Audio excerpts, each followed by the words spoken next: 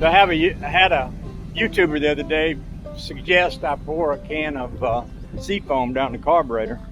I've seen people do this before. I've never done it. I've used seafoam a lot. I put it in all of my gas tanks before I leave,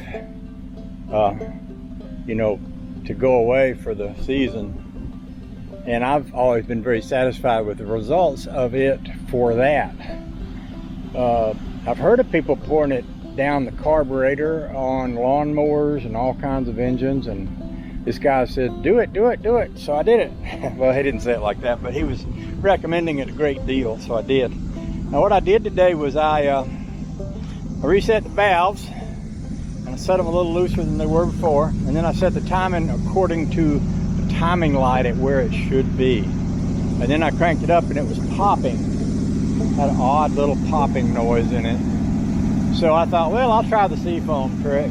And of course it makes it very smoky in there. And I'm gonna let it run until it stops smoking. By the way, I also poured a can of seafoam into the gas tank, thinking that, you know, if it's also good as a gas additive, and if you pour it in the tank, you get it inside the part of the carburetor where the fuel. I don't know when my camera stopped recording, but I'll keep talking. So I was talking about going on a cruise with Honey Baby, and she seemed to express that she would rather take the Chrysler than Mike's car. I think Mike's car drives and rides great, but the Chrysler drives and rides better. I mean, there's really no doubt in that. So anyway, I think you got the part where I was talking about how much I like the looks of the Chrysler, the way it's set up with those wide Traeger wheels out on the front. I got the spacers behind them, so it gives me an extra inch in the front stance. Oh, I just like that so much. So maybe I ought to go in here, and you think I ought to idle it down or just let it keep running like that?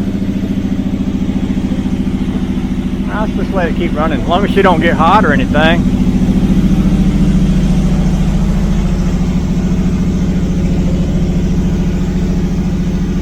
Now, I did notice that she smokes a little bit more from this side than the other side.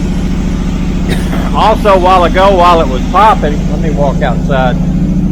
You might not be able to hear me. While it was popping a while ago, I went around and pulled the spark plugs on that left side, and it was the number 6. 1, 2, 3, 4, 5, 6. The number 6 spark plug, which is third from the back on the passenger side.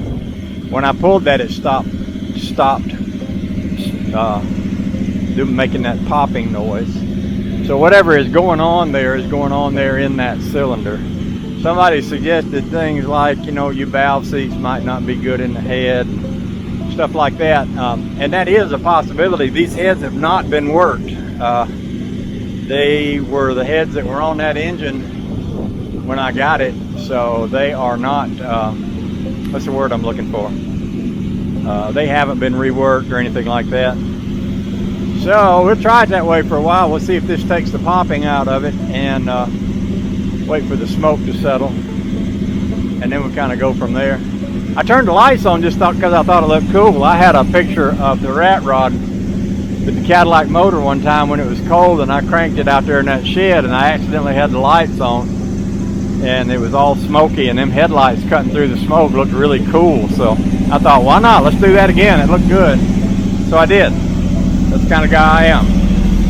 I'll reach over here and cut them off now. Oh, the joy. So we still got plenty of oil pressure, and we still got, it's running about 185 degrees temperature, about 40 to 50 pounds of oil pressure.